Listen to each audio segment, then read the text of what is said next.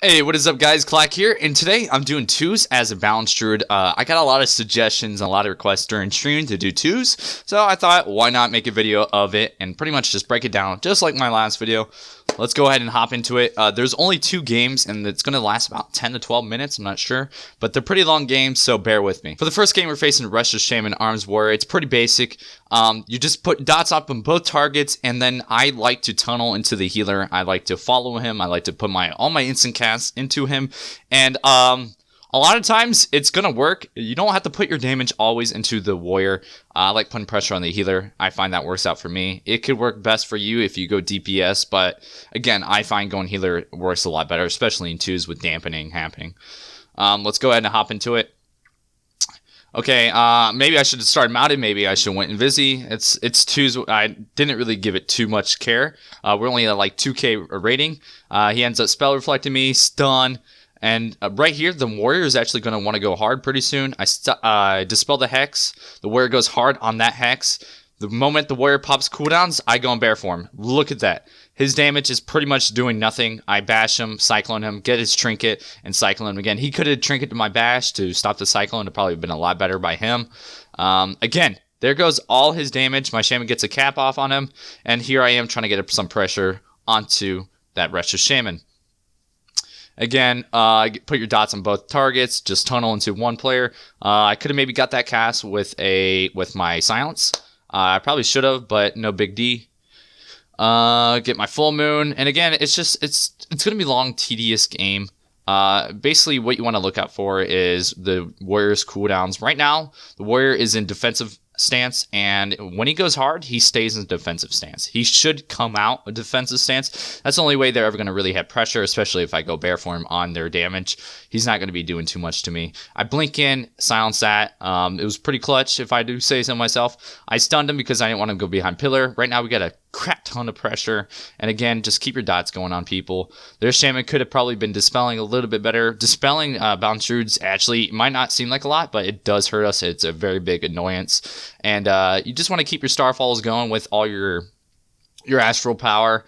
As you see, we got both our kicks. Honestly, the warrior could go behind pillar with their healer and just try to top off each other. They never really did a good job at keeping each other top off. My shaman's kind of struggling to get me up too. I don't know why my shaman struggled a lot, actually a lot of times, especially when he wasn't in CC, he was struggling. Right there, he was stunned, and he got wind sheared right there, so I can totally understand why he maybe would be struggling at this very moment, but there's been other times where he's been struggling throughout the whole game. As a healer, pretty much all you gotta do is just wind shear and ground. Like you don't even have to ground really, especially against this comp, but you just want to keep me topped off, watch your positioning. Like my shaman's coming up right here. He's trying to stay close because he knows I am tunneling into their Restless Shaman, so he has to stay close to me. It might make his job a little bit more difficult, but again, the warrior's in D stance. We shouldn't be taking too much damage. I stopped that cast again. My silence is only like a 45-second cooldown, but yet it seems like it does quite a bit every time I am able to get it off. Boomkin isn't the best twos comp there is for a druid. It's probably a lot better to play as feral. You have more consistent bleeds, and the bleeds are a little bit stronger. Your aids are going to be a lot stronger than what they are as a Boomkin. But Boomkin's really fun. You don't ever cast. Like, have you seen me cast once besides Cyclone? No, that's pretty much it. Obviously, you're going to have to cast your new moons, but, you know, it's a lot of fun. He's going for a hex. Even if he does go for a hex on my shaman, I'll be able to dispel it, like, no problem. So the only way it's ever going to be viable is if my shaman's in a hex while I'm in a stun. So it's only gonna be like 3-second stun from the warrior because he's gonna use his little throw thing. Here comes warrior's damage. I decide just to cyclone it. No need to go bear form. I want to stay aggressive. We got a lot of pressure going on. I cyclone the warrior when he's low health and on his damage, so it was very big. I get a full moon off. No, there was no kicks or anything, so it was very good by me. Again, look how much pressure we have, and they've been in defensive mode the whole time. This warrior needs to come back and get topped off with this healer. He's hurting his healer by actually doing what he's doing. He needs to play a little bit defensive. Just because he's in defensive stance, it's hindering his team so much. He's taking less damage, yeah, but he's doing absolutely no damage. Look at our team. We're not under pressure at all. I stun that heal. We're just getting a lot of pressure going. And the main kill target, again, should be Restless Shaman. But spoilers, I do end up actually. Why did I even say that? I might as well say it. I get a kill on the where. Dang it, I need to stop doing that. He's trying to get a hex. There's no reason to even go for that hex. He juked 3 times to go for that hex. And even if he does get it off, I'll be able to dispel it. Their healer just needs to simply top off his teammates. That's it. Just top off. I have no kicks or anything. And he wasted a good 20 seconds, literally doing nothing but getting hexes, trying to get a hex off. This shaman has done nothing but try to get a hex off for the last 20 seconds. And now he's finally going for a heal. Like, healers seem to try to do all this movement and mobility bullshit. Just sit there and heal.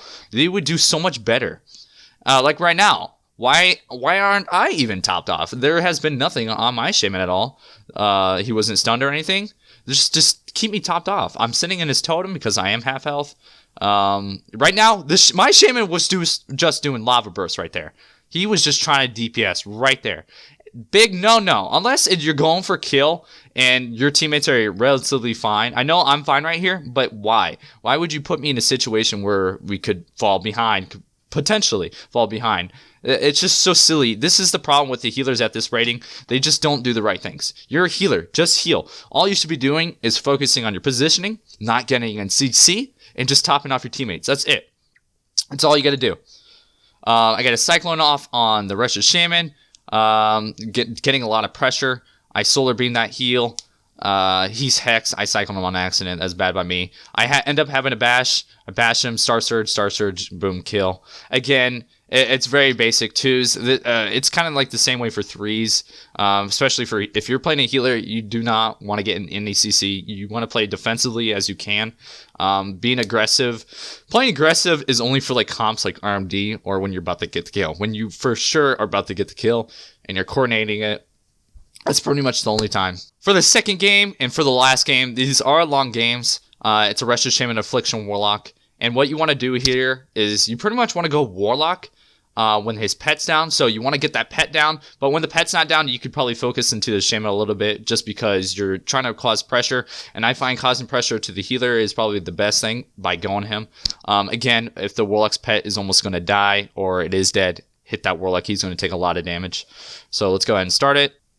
This is pretty much like a mirror. Warlocks and Boomkins are kind of similar. The only difference is I don't have to cast, the Warlock has to cast. And I would have to say their Warlock is probably going to be a Boomkin is like a better version of a Warlock, Affliction Warlock right now. It's kind of sad, honestly. It's not much you can do about it. Again, just get your dots on everything. Their Shaman does a pretty good job at dispelling. It makes my job a lot more difficult than what it could be. Right here, I'm trying to focus the damage. My Shaman gets a good cap. Right now, I could even cycle the Shaman maybe and go for a kill on that pet because that pet is going to take priority. As you can see over here, it's almost halfway dead. Starfall is very strong. If I would have... I kept trying to put my Starfall on that pet as much as I could. When they spread out like this, it's very hard to do damage as a Boomkin because pretty much all of our damage, probably a good 50% of our damage is Starfall. So when they stack and we keep moving around like that, it actually really hinders me as a Boomkin.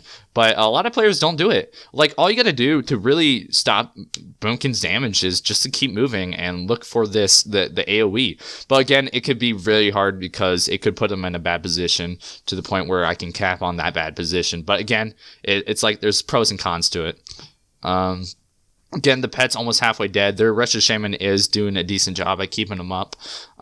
He's trying to top himself off. Very nice. The other team is doing relatively good, except for he should have kept up his pet right there. I'm sure they're not in communication, but as a healer and you're playing with a Warlock, you gotta keep that pet up. You gotta. Or you might as well just die. And what this Warlock should be doing, since his pet is down, is he should be getting another pet instantly. Just fear me and try to get that pet. The pet should be number one priority on that Warlock's team right there. Right now, they're pushing in for some weird reason. It's making me able to get a lot of damage. Now, the Warlock's going for a pet. He got a pet. Look how easy it is to get a pet. Now, he's going to be taking like 40% less damage. I dotted up. Like they could be doing so much better than what they're doing. It's absolutely crazy. Again, you could sit there and hardcast as long as you want. You could do your little Star Surge thing. I can't even think of it. Starfire. I can't remember what it's called. whatever. You could just sit there and do hardcast once you have dots on everything, because what else are you going to be doing, you know? And it can actually do a decent amount of pressure. It's all about getting that astral power up and getting your starfalls. That's pretty much all it is. You want to generate that as fast as possible and putting down their pet. Again, his pet's going to be down. I don't think he even notices his pet is going to be down for a while. There's a couple times he doesn't feel like he notices. Getting a lot of pressure right now. I'm under a lot of pressure. I wish my shaman just top me off, bro. He's getting feared right now. Again, it's like, how am I under so much pressure? Let me pause it. How am I under so much pressure when their pet was down for a good while? He just got a new one up, and all he had to worry about was the rest of Shaman's wind shears. Obviously, he can get speared, span feared, but the hexes I can dispel. He should just sit there and try to hardcast into me. I shouldn't ever really get this low in 2s until dampening really racks up. Right here just kind of shows the skill base of people, and they just don't know how to play the game properly. And it's all about, like, in their head, they're trying to play like pros too much, where they got to get the CC off. They got to not, get CC, they gotta do all this weird stuff when they just need to focus on the basics. And what the pros do is they do the basics really well with doing all the CC and whatnot, and it's all about positioning as well. There's the totem, my shaman's totem. I realized I got out of it. I went back into it. Totem's gone now.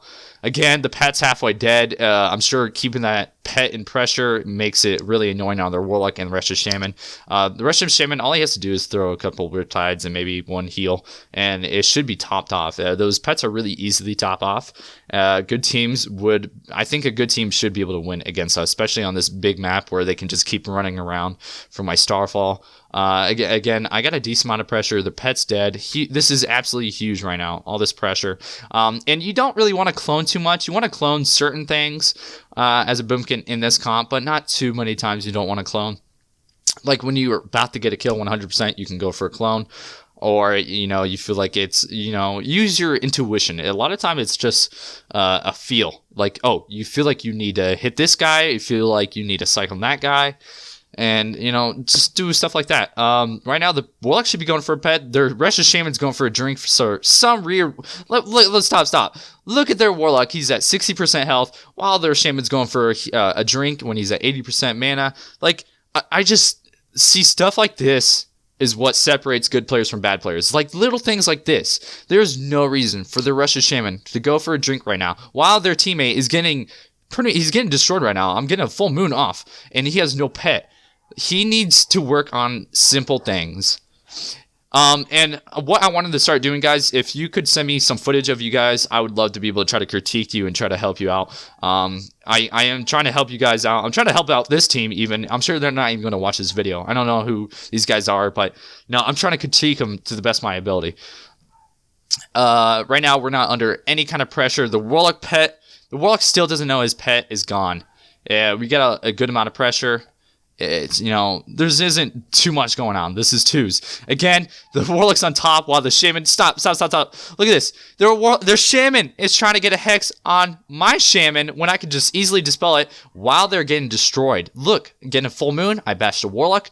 This is why they lose. Simple stuff like this. And I have Solar Beam. I could cycle in the Russian Shaman to go for a kill. This is why they lose, is simple things like this.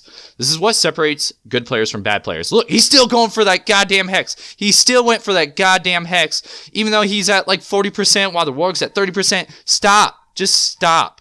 Just stop. Just heal. Focus on your job. You're a healer. Focus on healing everyone. Then work on trying to get some CC on everyone else. I got Spirit Link. I cycle into the healer. Get bash him. He's popped his sentence. And his sentence is almost done because we CC'd at the right time. I'm under pressure. I stopped that heal. We're doing really good. The warlock still doesn't notice his pet's gone. The pet is everything as a warlock. I can't stress that enough. I really can't. Again, it's just all about keeping your dots up. Finally, he notices his pet is gone. Just keep everyone dotted. Dot up the pet.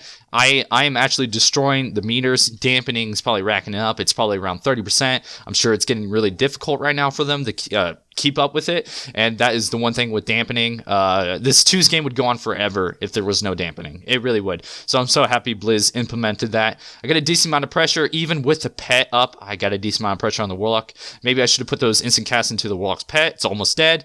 We're doing really good. Hex onto the healer. Trying to do as much pressure as I can. I should be going for a Cyclone maybe on Shaman right here. Nope. I put a Silence onto the Warlock. That was probably my bad. I kicked him, but I also got a Cyclone on the rest of the Shaman. I should have probably saved that kick for on the rest of Shaman, but no big deal. He's going to die just from simple damage. So even I do some bad things, but you know, it's not as I'm doing what I should be doing. At least I'm trying to do as much pressure.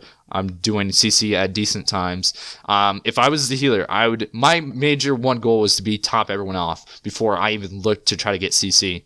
Really, that's what I would do. All right, guys. That is it for this video. I hope you enjoyed it. If so, hit that like and subscribe button. As always, I'll be streaming tonight at 6 p.m. Eastern Time. Hope to see you there. Now get out there and pound some nubs.